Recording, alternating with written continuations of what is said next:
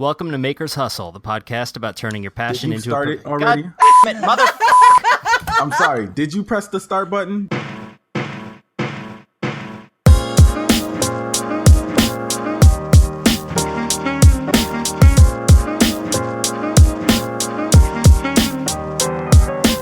Welcome to Maker's Hustle, the podcast about turning your passion into a profession. This is episode 6 for Monday, August 15th, 2016. I'm your host, Bill Lavolsi. With me, as always, are Amy Davis-Roth. Hey, Amy. Hey, guys. And Jeffrey Moore. Hi, Jeff. Happy to be back, Bill. Oh, but not... I'm sorry. Happy to see you too, Amy. Thank you. Well, he was asking me the question, so I just figured. Right, fair enough. So just want to give a quick thank you to our top Patreon supporters, who are Scott Hahn and Jim Bashirs. This is Jim's first week supporting the show. Thank you, Jim. Thanks, Jim. You're the best. You're the man, Jim. So before we get into this week's topic, what's everybody working on? Jeff, we're going to start with you. As always, Bill. So, just really working on a couple of things. The first thing is I have to develop a couple of visuals for my Intel application.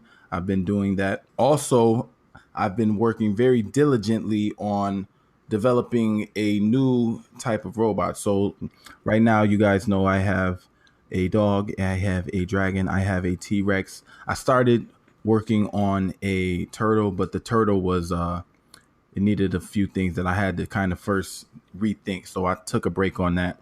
And so I'm thinking about right now, and I'm drawing up sketches and kind of designing a gorilla. I would like to do a gorilla because I've always liked monkeys. And I think that the different actions that I can do, if I can get it to stay on two legs and beat his chest, that'll be freaking awesome.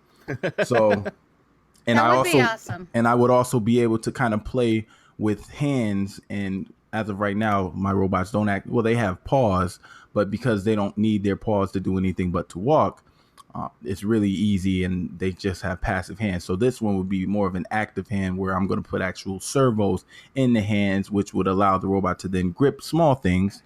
Nothing huge, obviously, but, you know, I think personally, and again, this is all because I have nothing else to do with my time, I think that would be awesome.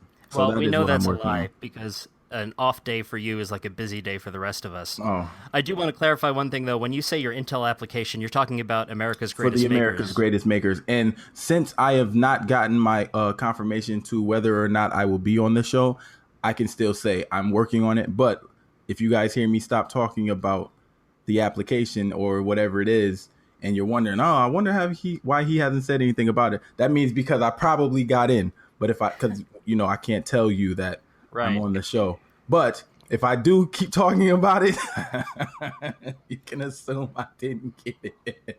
Aww. Which is okay as well. It's all just, trying to take things in stride. So it is what it is. You got to go for it, right? Absolutely. I got nothing to lose. Right. Hey, Jeff, yes, did you give up on the turtle robot because the project was moving along too slow? No, I didn't give up on it because... that wasn't even funny. No, it was hilarious, and I got it halfway through because I was really about to answer the question until I realized, there's a pun. Because I'm trying to design robots that really use the same systems over and over and over. That way you can really have a whole bunch of different robots without having to buy a whole bunch of different robots. So what happened was, what I would like to do, or what I would like to see happen with the robot, with the turtle robot, will require me to develop a whole new system, which I can do, which is no problem. But then that kind of moves me away from the modularity of the system. So trying to develop as many robots as possible with the same system without having to create a whole new system is kind of where I want to start. And then as I kind of roll out a whole bunch of different models, then I can start moving into individualized systems, which would be fine as well. And again, the turtle would look awesome because I want the arms to come in and the shell to be real cool. So yeah. I would like that. And that's definitely on the map for me.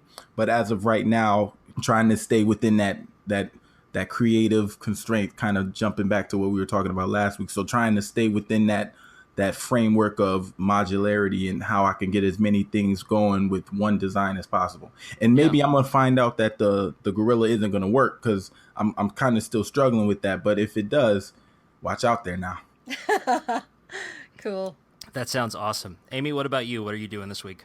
Well, I am working on stocking up my Amazon shop and my Etsy shop because although it is still summertime in the retail market, I'm already thinking about Christmas. So I am doing my best to make a whole bunch of stuff and just slowly build up my stock.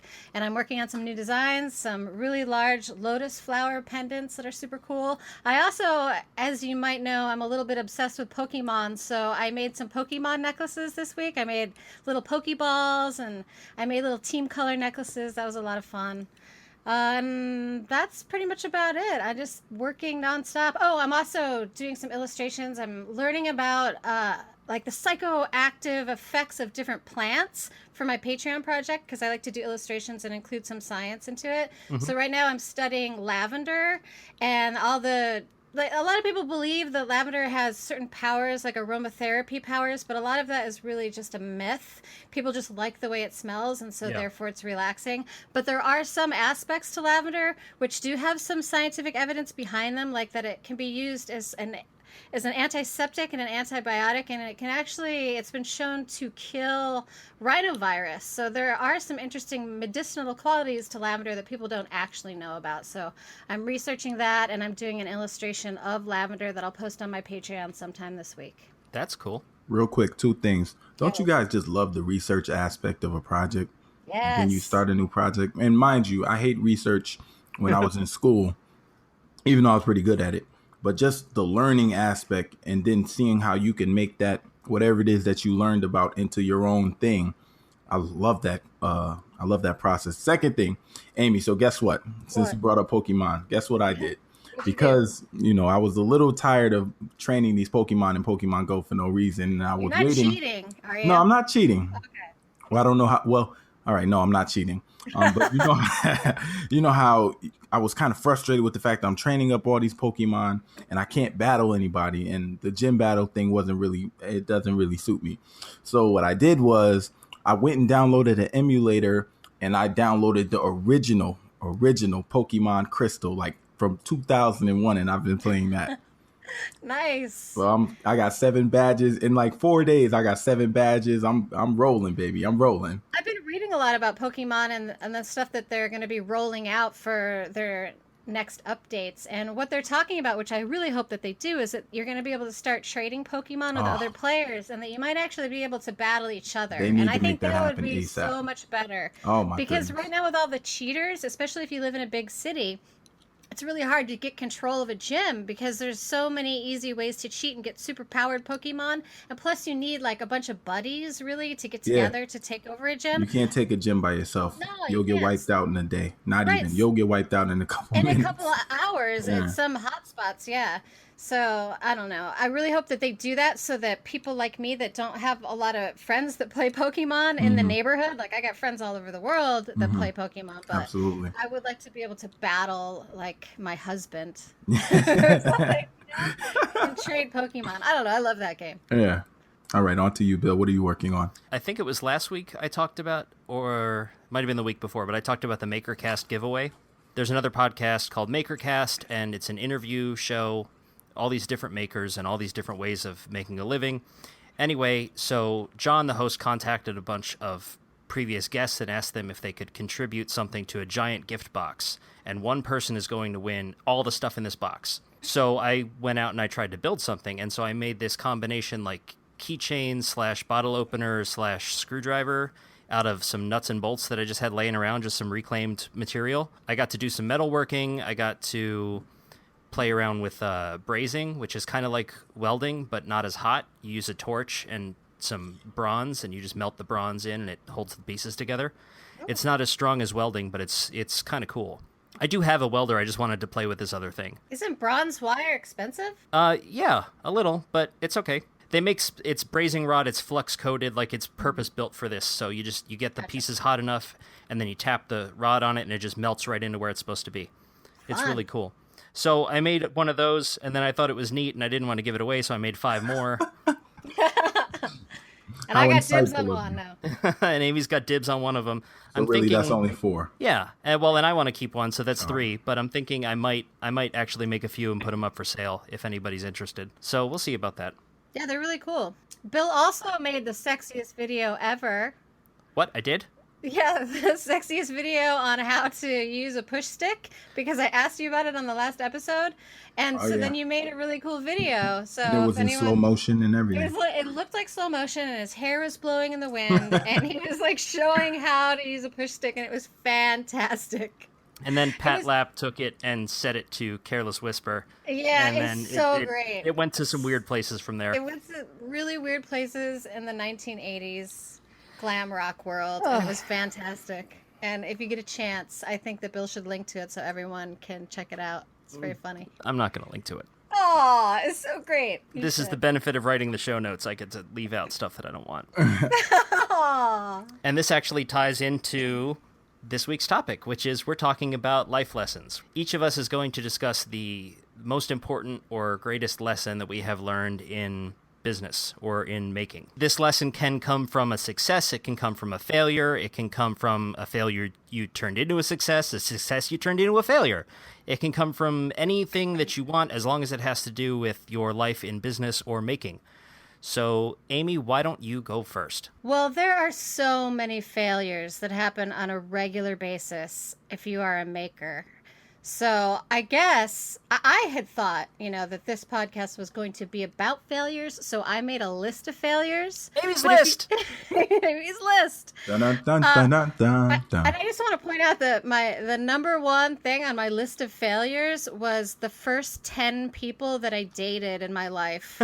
And Wow, yeah. this and is it's going way This is good. Yes. left. No, there's way, a way point to left. this. Don't worry about it. The first 10 people that I dated were just not artists. They weren't makers. They weren't productive. I was surrounding myself with the wrong people. And so I recommend that you surround yourself with people that are creative, people that are doers, and people that get stuff done on time. Because I think one of my longest relationships, other than the one that I'm in now with my husband, was with a man who was extremely talented. He was a metal worker. He was an incredibly talented artist, but he never got stuff done on time.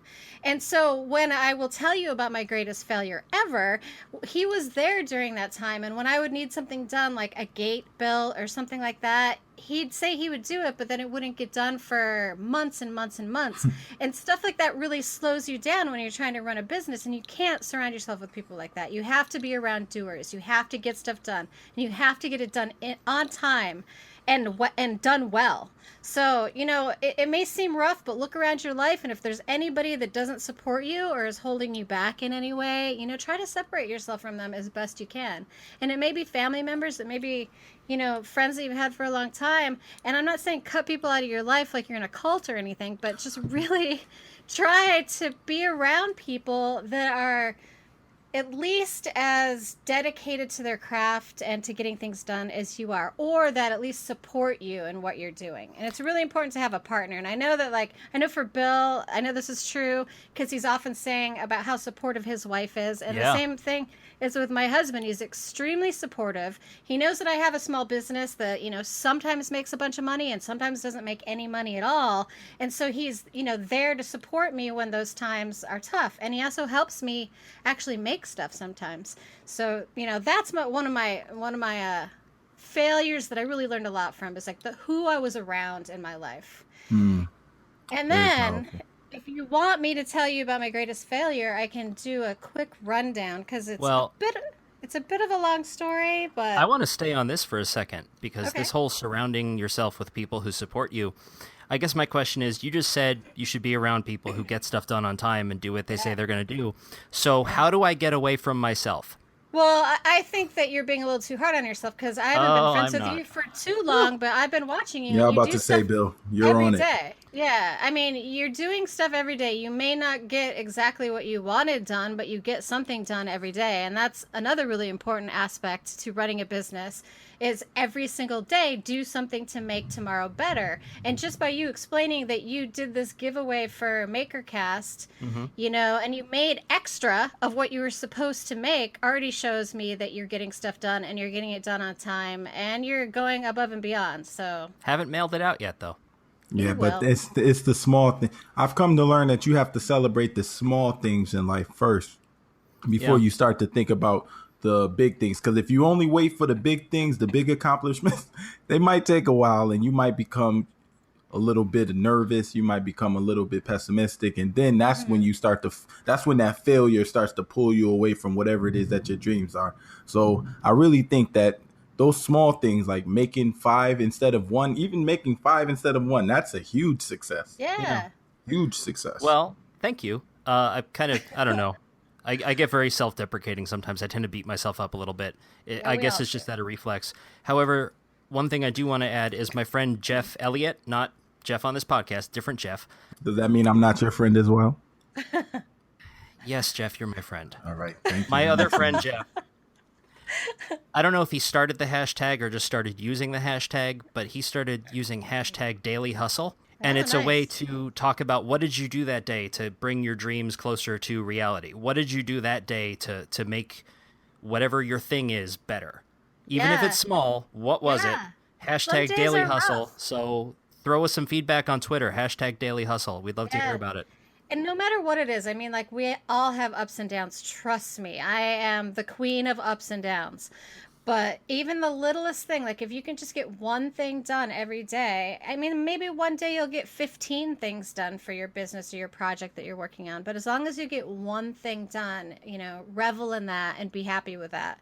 Because, otherwise you'll get depressed and it'll drag you down. Yeah. Absolutely. So do you want to know about my biggest failure ever? Sure. Shoot. Let's hear it. So my biggest failure ever was about, it was almost 20 years ago now. I opened up an art gallery called the Art Coalition in North Hollywood. And I was really young and I didn't know anything about business, but I was a painter and that's what I wanted to do with my life. I wanted to be an artist. I wanted to make a living as an artist. So I took all the money that I had and I rented out a space in North Hollywood and I opened an art gallery and I ran it for 2 years. And I had no idea what I was doing. I had no education in business. It was a huge disaster. People stole paintings off the walls. What? I ended up bankrupt. Yeah, my own art got stolen. I got scammed. Like, these people came in with a fake credit card number and bought some art off the wall. And then, like, they totally tricked me because I didn't know anything about business at the time. And they gave me a credit card number over the phone. And then they had a messenger come and they acted like it was from a studio. You know what that means, though? That means your art was that good that people were willing to literally lie, steal, and cheat for it. Right. Somewhere out there, my painting, there's a stolen painting that I did somewhere, and I hope that, like, I run into it someday. I really do. Like, just some accidental space. Like, I'm at some rich dude's house, and, like, there's my painting on the wall. It'd be amazing. But they stole, other stuff at the same time, and I didn't have a backup bank account at the time. I was, like, just barely scraping by. I ended up living upstairs in the art gallery because I couldn't afford to pay the rent on the gallery and an apartment, and things just really went south really quick for me. It lasted 2 years, which in retrospect is actually pretty good for a business, for someone that didn't know anything, literally anything about business. Just jumped into it, did it. Lasted 2 years, but I ended up completely bankrupt. Like, I lost everything. I was living in my car, and was a truck, until it had an extra cab in it, though, until it was repossessed, and then I had nowhere to live, and I lost everything, and I had to file bankruptcy. But the good news is that because of that, I had to sort of start literally at the bottom with absolutely nothing at all. I became a cocktail waitress. I was very depressed because I couldn't paint. I didn't have anywhere to make art. I had nowhere to go. I had, nothing. So I started working as a cocktail waitress to sort of make money. And my mother had a ceramic studio, so I would go over to her place on, the weekends or whenever I had time off. And she would let me use her extra supplies. And so I started making little tiny things because I didn't have any space. And I would, make tiny little pieces that I could wear around my neck. And I would wear them into work while I was waiting tables, and people started buying the necklaces off my neck. And it got to the point where I was selling more of my jewelry and making more money than I was making in tips. So this huge failure of an art gallery helped me start making surly-ramics, and that's how my business got started, the business that is actually sustained and lasted and is now 10 years and going. So all of the things that I learned from all of the mistakes that I made with the art gallery taught me so much that now I'm capable of running a small business without fear of it crashing and failing and dragging me down into the pits of hell. So that's my biggest failure and my greatest learning experience. Yeah, it's there's something about crashing and burning that's really good about teaching you what not to do. Mm-hmm. You end up coming away with a lot of experience. You also learn that it's not the end of the world. You can recover from it. And this is kind of something we've talked about before, I think, or at least mentioned. You can fail at something, and you're not going to disappear off the face of the earth the next day. That's an important thing to know. Because it feels like you're gonna. If like maybe you like screw the mob over or something, like, but as long as you don't do anything like that, if you just fail like a normal person, then I think it's good and you'll learn a lot. And one of the things that, and just I'll say this and then I'll get into my story. Somebody, I forgot where I heard it, but somebody said something to me like, as an entrepreneur, and you can apply this to makers as well. If you haven't failed, then you didn't try. Yeah. So if you've done something, first of all, if you're somebody who was given $1 million and you blow it, that sucks. But I guarantee you, if somebody gave you another $1 million, you wouldn't blow it again. That's the first thing. Well, I hope not. And then the other thing is getting opportunities and having to fight to keep opportunities are two different things. Like, people have opportunities cross their path every day. And sometimes they don't know what to do with them, and that's how they squander. But if you learn a lesson from that, then that failure isn't really a failure. It just means that it was part of the journey, and the journey is going to be what leads you to the success, not that single opportunity. So that's my insightful moment for the insightful thing. So Amy's got the list. I got the insightful moments. That's right. All right. Nice. We need our own theme songs for these things. Yeah. All right. So, okay, now let's get into the nitty gritty here. All right. So one of the things that I really learned that I didn't learn, or that I didn't know it before I even got into business. And I've run a couple of businesses. I had when I was in college, I had a media production company, and we would make videos. We had a talk show. We were making videos, commercials. We actually still do it. One of my partners, he runs it. And from there, I learned a lot about working with people, dealing with people, making deals. I was doing all the contracts, legal stuff. So we had a great run with that. And then I branched off and started doing my own thing. Before, I was while I was dabbling into robotics, but before I decided to make it a potential product. And one of the things that I thought was very important was getting feedback from your friends. And don't get me wrong, I'm not telling you not to go to your friends. What I'm saying is you have to learn the difference between feedback from people and feedback from people who are going to spend money. It's so many people out here that have this great idea. They're like, oh, I want to do this. And then they tell their friends about their idea, and their friends are like, yes, you should do that. That's a great idea. And then they spend all this time and money and effort into making this idea come to life. And then when that idea does come out, it could suck. So I get that. Some ideas just should never come to life. But B, it could be a decent idea, but the person who told you to do it isn't going to spend any money on it, or wasn't planning to spend money on it. So my mantra, the thing that I kind of go by is, if people who are around you tell you it's a good idea, ask them, would they buy it? If they say yes, hold them accountable, right? I'm serious. Hold them accountable. Because they could lie to you. So you're going to put a deposit down, right? So yeah, like you think it's a great idea. So come put a little money in, and this, maybe we're going 50-50 on it. Maybe you become a silent partner. I don't know.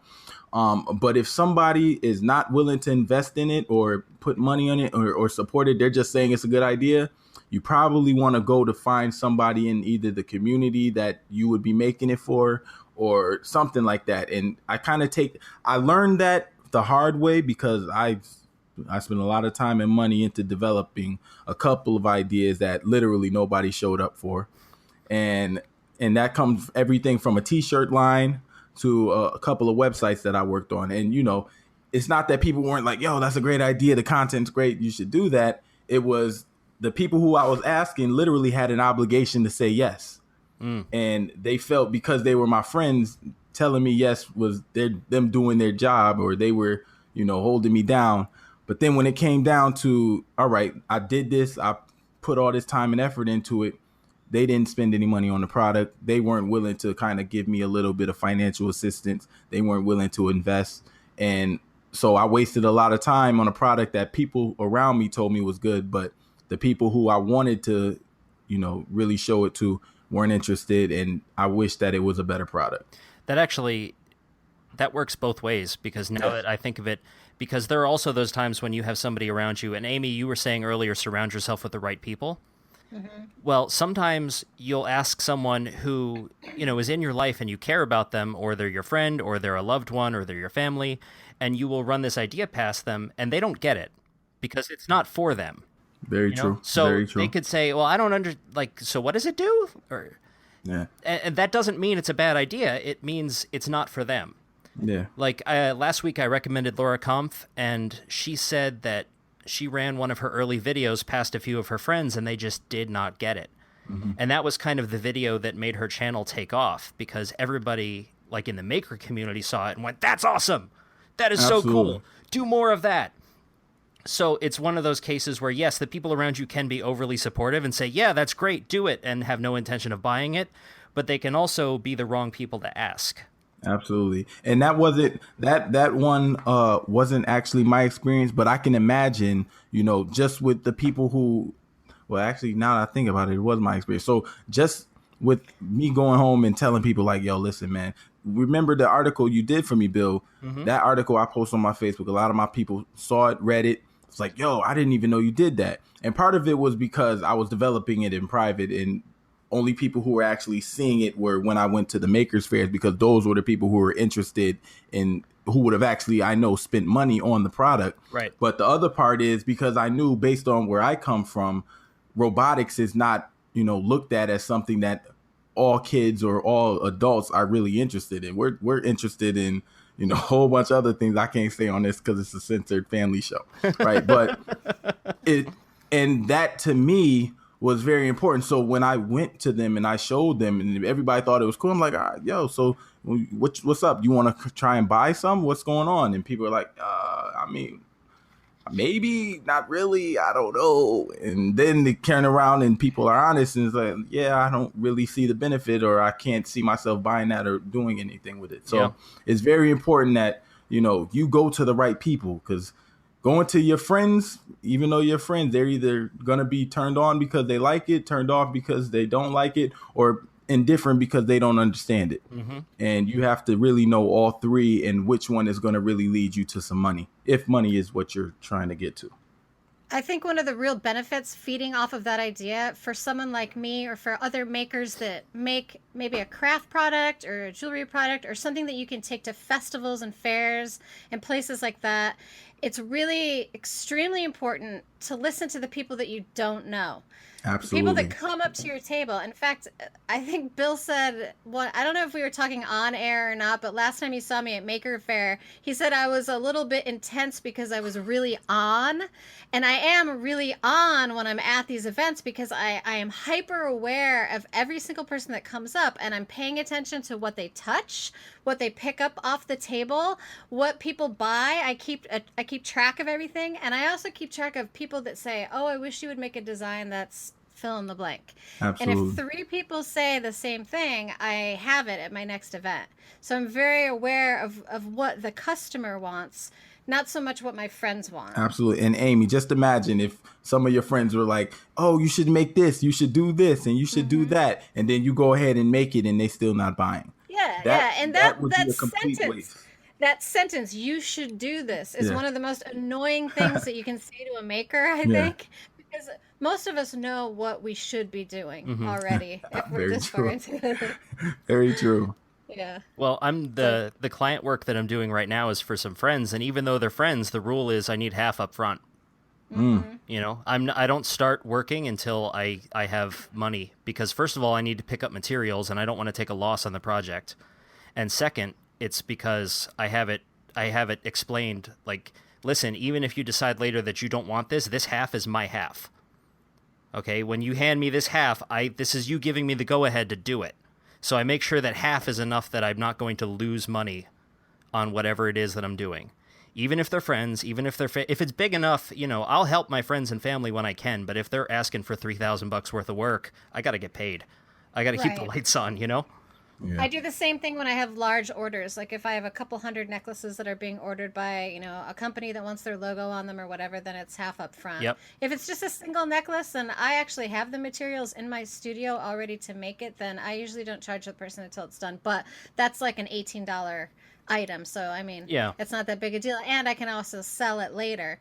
But I absolutely agree that if it's a large ticket item or a large order, you got to protect yourself. Yeah, I think that's the lesson that comes from this is protect yourself. Yeah, I'm still chasing after somebody right now, you guys, that I was silly enough to float them half the product. They paid for half, and then I shipped them 50 extra necklaces and gave them time to pay or to sell them. And it's been 4 months now, and I'm still chasing after them. Hey, I've sent you 3 invoices. All right, so this is what you do. You send me their address, and I'll take care of it. I got guys for that. I got mafia guys for that. Can you get to Houston, Texas? Hold on, I got to write down the time code so I can cut this out. No, Bill, now on to your lesson. All right. Well, my biggest lesson actually came from, I don't want to call it a failure, but I'll give you a little bit of story here. It's December 2015. I had just started my YouTube channel. I was not happy at my job. Okay. It's Christmas time. Not quite yet. It was like December 4th. I think I posted my first video, and it wasn't very good, but whatever. But I'm looking for a way out of my job, and I'm thinking, well, I can keep collecting a paycheck for a little while and just build up my YouTube channel and build up the community, and maybe this will turn into a paying thing, and I can transition out of my job. And 2 weeks later, so this is December 15th, 10 days before Christmas, I get fired. Oh. Fired. Straight up, you're gone, bye. What did you do? Why did you have to do something? What it taught me was, and this is something that I've talked about with Tim Sway, who I recommended last week. What I learned from that is I thought what I was doing was playing it safe, I thought I was, having a job that I didn't like very much so I could get a paycheck and get my health insurance and get this and get that instead of plunging headfirst into what I really wanted to do and what made me passionate. What I'm doing now with making content, even if I'm writing content for other people, I have a few freelance clients where that's all I do is I write for them and they put it up on their website. But even that kind of stuff keeps me up at night because I'm excited about doing it. I don't hate anything that I do now. Every single aspect of what I do is fun on some level. So what I learned from this experience is that playing it safe because you're afraid of what might happen is a complete waste of time. It is a complete and total waste of time. Now, I'm not saying that you shouldn't play it safe if that's a calculated decision. You can sit down and run the numbers and say, all right, I can keep collecting the paycheck. There's no harm in that because I can work 9 to 5 and then come home and work 6 to 2 on the thing that I love, and it will take off. And if it doesn't, I haven't thrown my entire life out the window, especially if you have a family. But that's a whole different issue. That's another conversation. But when I lost my job and the world did not end, and what I'm doing right now took off much faster than I thought it was going to. So what I realized was that I spent a lot of time being miserable for no reason. No reason at all. I could have started on this earlier. I could have transitioned into it more quickly. I could have, because I knew what I was passionate about. I knew what I wanted to do. I knew how I was going to get there, but I was scared to start because what if it didn't work out? Very true. And I learned that is just a total waste of time. It's just there's no point to it. And the way that Tim said it was everybody's always worrying about what if everything goes wrong, and what you should be asking is what if everything goes right. If you take both courses, this is the desk job over here, and this is you chasing your crazy dream over here. What if the desk job goes right? Okay, so now you have a desk job that you hate until whenever. And furthermore, taking the safe road doesn't guarantee that everything's going to go right, because I took the safe road and I got fired. Not funny. I'm sorry. No, it's not funny. Believe me, in retrospect, it's hilarious. But no, and even I in my laugh to keep case, from crying. and even in my case, when things did go wrong, when I went for it and I opened that art gallery and I thought that I had it all figured out and it failed, it's okay. Yeah. You know, it's not like you said, it's not the end of the world. So, just go for it again. Yeah. Like keep trying. If you get it wrong, try again. Yeah. If you love making and you love creating, absolutely follow your dreams and just do it. Well, it's like any other project. Amy, if you tried to make your first ceramic necklace and you got the kiln temperature wrong and it, Oh, I've done that. yeah, and so it did, so it Have I didn't come told you out. about that? That's on my list. Well, you told us about the time that everything melted. Yeah, that's on my all the little failures Yeah. part of my list. But like Yeah. when I was doing these keychains, the first one, I was trying to braze these parts together using a torch and some brazing rod. What I didn't realize is that the parts were coated in this like black oxide finish, and brazing won't stick to it. So it wouldn't go together, and I couldn't figure out why. All right, that didn't work. So I had to clean everything up again and start over. Was that a failure? It was a small one, but I mean, you should think of it like, it's like any other project, okay? If it doesn't go right, that doesn't mean quit. It means, why didn't this go right? And let's attack it from a different angle. Persevere. Yeah. And there are times when it's okay to say, all right, you know what, I've tried this from 5 or 6 different angles. Maybe it's time to move on to the next idea. But the first setback should probably not be the time when you throw in the towel. Absolutely. And what you were talking about, Bill, your story is actually one of my it's not one of my recommendations, but when we get to my recommendation, it's going to be about the Rich Dad, Poor Dad by Robert Kiyosaki. And he talks about how in the 21st century, well, not 21st century, but today, right now, the concept of work hard, go to job, work that job for 30, 40 years, be secure like that, that's not the way to do things anymore.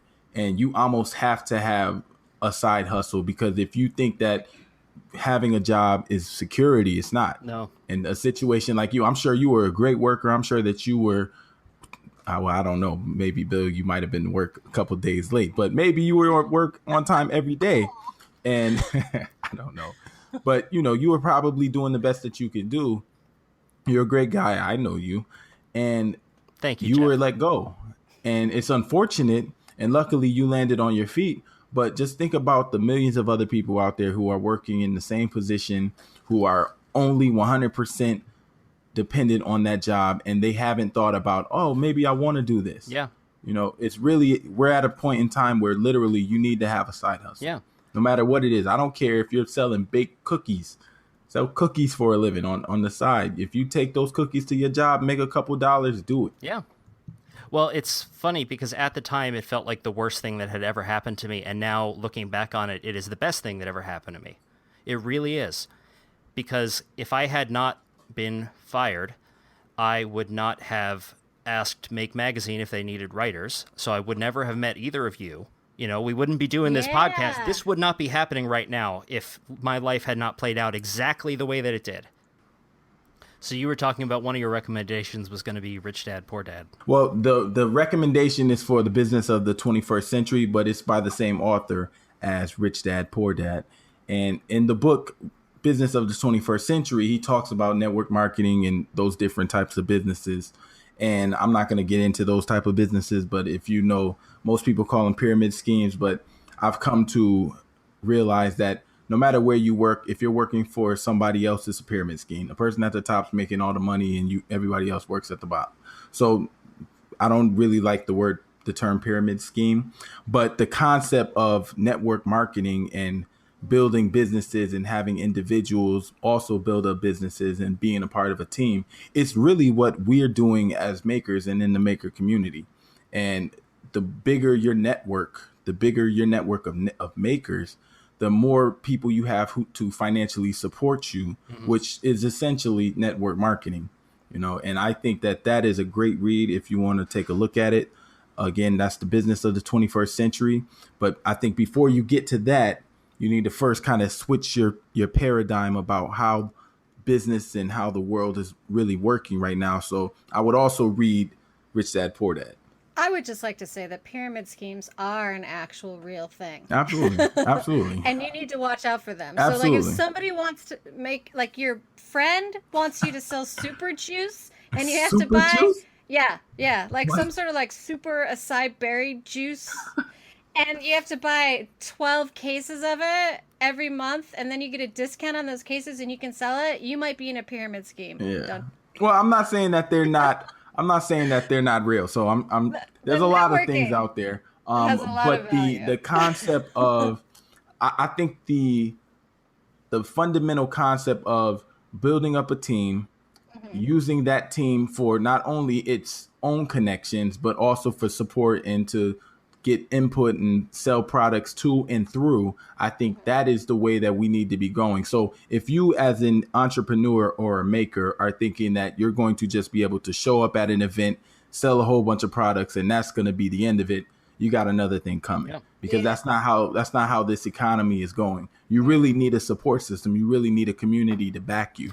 And Yeah. so things like the maker community are great. Events like Maker Fair is excellent way for people. Just think about that. They're literally doing all the work for you. They're literally bringing hundreds of thousands of people who are interested or semi-interested, if not at least going to take a look at your product, potentially buy something off of you, or be able to get information so that you can make a sale to them later. Yeah. Right. So they're that type of network. Now it's not about you going places. This is about people coming to you and using the network and taking advantage of those resources as a way to make money for yourself. And there's a lot of other events like that are not Absolutely. necessarily maker fair. Like you can go to Absolutely. gift shows if you have a Absolutely. specific type of product. There's a lot of different events and conventions that you can showcase your stuff at. But yeah, Absolutely. maker fair, awesome. And this is something that Absolutely. we've talked about a few times in a few different ways in the past. I mean, we've talked about how small businesses need to support each other because every time you interest someone else in making, you're also creating a potential customer. And for Absolutely. that matter, every time they interest someone in making. So, if there's somebody else who makes robots, Jeff, then You know it. yeah, everybody who's interested in their robots is also potentially interested in your robots. I think I used the Absolutely. example of a woodworker who makes cutting boards or something like that. Yeah, you Like did. every person who buys handmade stuff, they're buying it because it's handmade stuff. They're not buying it because yours is $5 cheaper than the one next to you.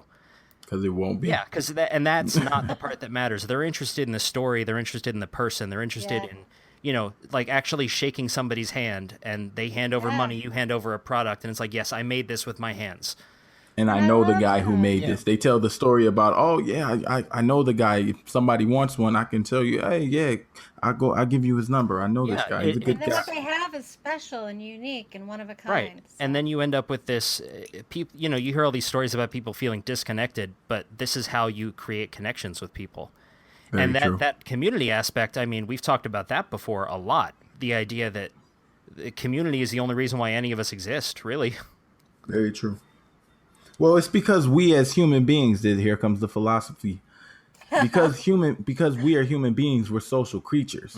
So the only reason why we as a society have been able to, if you want to say evolve beyond hunters and gatherers, is because as a society we come together culturally. Whether it's, I don't believe in the concept called race, because race is a manufactured thing, but culturally and finding things in common, we come together. And so instead of us living in small herds, we then build large communities, and we have metropolitan areas and stuff like that. And that's how our society has been able to build up. So it's just in our nature. It's human nature to be social. Yeah, That was very deep. that was. It's also human nature to fight, and I hope Oh, that very our true. society can get it together soon. I didn't say we were perfect. I'm just saying that's in our DNA as well. Yeah. All right, Amy, what about you? What's your recommendation for the week? Well, because I am the science nerd of the group, I want everyone to know that the Perseid meteor showers are happening starting right now, tonight. So by the time this podcast airs, it will have already happened. But that's okay. Rest assured, it will come again next year. But what's really exciting about this year's Perseid meteor showers is that they're going to be twice as many like fireballs and shooting stars in quotes happening than in almost any other year. And that's because Jupiter's gravity is pulling the comet that causes all this debris, which causes what appear to be these shooting stars in our night sky. So Jupiter is doing us a big favor by giving an God for Jupiter. amazing light show that's going to be happening on the 11th and the 12th. And so if you can get somewhere where it's dark, and I'm going to do this tomorrow night. It actually starts tonight. Tomorrow night will be, today is Thursday as we're recording. Yep. So tomorrow will be Friday. So I'm going to go out an hour up into the hills with Phil Plait, the bad astronomer, and some other people, and we're going to meteor watch. And so what I've been doing and what I recommend as my media for the week is to learn how to photograph the night sky. And so in the show notes, I'm going to put a link to how you can photograph meteors, and you can use the same sort of technique for photographing just stars, and you can do long exposures, and you can actually see like the stars moving across the sky. You can photograph the moon.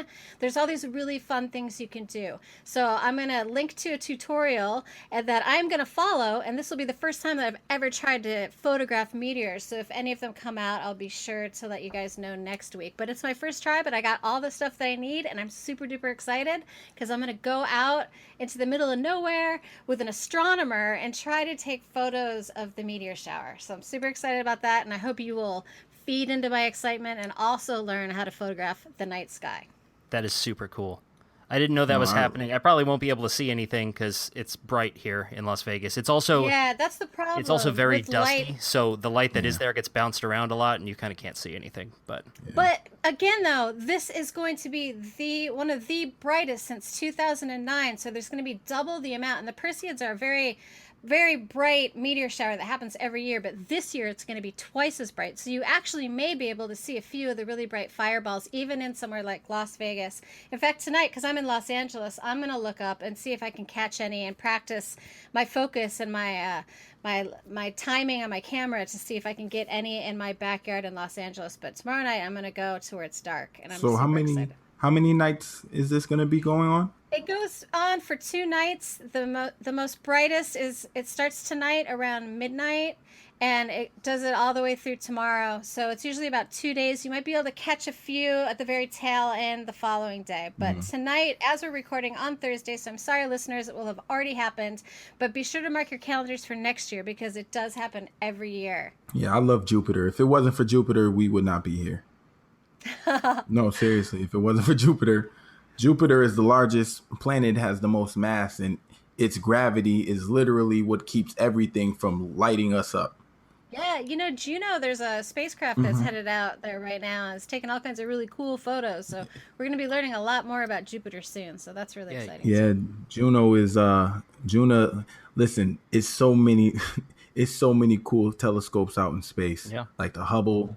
I forgot Kepler. Like the way that they are looking at the stars in different galaxies, and we're learning about other planets. It's incredible. I'm a huge astronomy nerd. So did you hear about recently, I'll really quickly tell you about Venus. They have done some calculations, and they think that actually Venus was an Earth. It's very similar to the same size, and that for billions of years it could have actually sustained life, and that they think that there was an ocean on it. And because it spins much slower, for billions of years it could have sustained life before it became, the desolate wasteland that it is now. And much like global warming is what happened to that planet. So watch out, Earth. Actually, our planet is going to, obviously not in any of our lifetimes, but our planet is going to get to where Venus actually is, because it is the exact same process. Yeah. Exact same process. The only difference is because Venus is closer, it is obviously worse, closer to the sun. But there are some variations in terms of like the orbits. Yeah, and the size and stuff like that. And the fact that humans are destroying the Earth. Yeah. So there's that. Yeah. But on a lighter note, take a look at that tutorial. Enough of the death and despair. And remember to look up at the stars and learn how to photograph maybe the moon and take some beautiful photographs and appreciate this wonderful world that we live in while we live in it. Just be careful because astrophotography is a rabbit hole, and if you fall down, it will eat your life. If you fall down. Yeah, it's... If you fall down, you'll break your camera, so don't fall. If you metaphorically fall down, you will end up going, how did I end up with 5 telescopes and 8 DSLRs? What happened? Yeah. So my recommendation for this week is another maker who I've followed for quite a while and I've actually been friends with for a few months. The channel is called Cactus Workshop, and because we're talking about lessons learned here this week, his most recent video is he tried to laser engrave some guitar picks, and he messed up almost all of them. And he left it in the video. at the end of it's his success rate, and he's scrolling by, and it's medium, okay, medium, low, low. But it's a very cool video, and he manages to incorporate his failures into the video in a way that makes it very entertaining and inspiring. So Cactus Workshop, I'll have a link in the show notes. You should go check it out. I believe that's it for this week. But before we go, where can everybody find you? I am almost everywhere on the internet as @surly-amy, and you can go to surly-ramics.com, and you find me on Patreon if you want to see that cool illustration about lavender.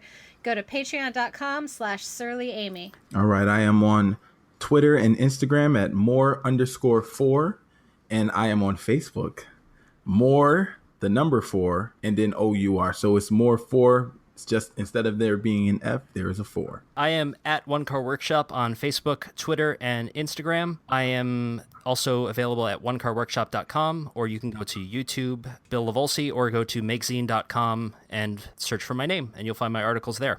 If you want to support the show on Patreon, it's patreon.com/makershustle. Like we talked about last week, Amy made some custom surly-ramics necklaces with the show logo on them. I believe we are going to be giving them away to patrons. We're going to be pulling a name out of a hat, and I think, if it's okay with you guys, we should do it at Maker Faire. So that would be October 1st and 2nd. We will record a live show. We will pull a name out of a hat, an actual hat. I'll make sure there's a hat. We'll pull a name out of it, and somebody is going to win a necklace. So patreon.com/makershustle. Head over there. If you can contribute $1, please do. It helps a lot, like more than you think. It really does help us a lot. So please consider supporting the show. That's it for this week. If you are listening to the show on iTunes, please take a moment to leave us a rating and tell us what you think. You can also find us on Twitter, Facebook, and Instagram at Makers Hustle. If you want to ask a question, give feedback, or suggest a show topic, you can send an email to info@makershustlepodcast.com. Once again, thank you so much for listening, and remember, the hustle never stops. See you next week. Bye, everyone. See you later. Bye. That was pretty good. That was good. Yeah, I think that was a very deep one.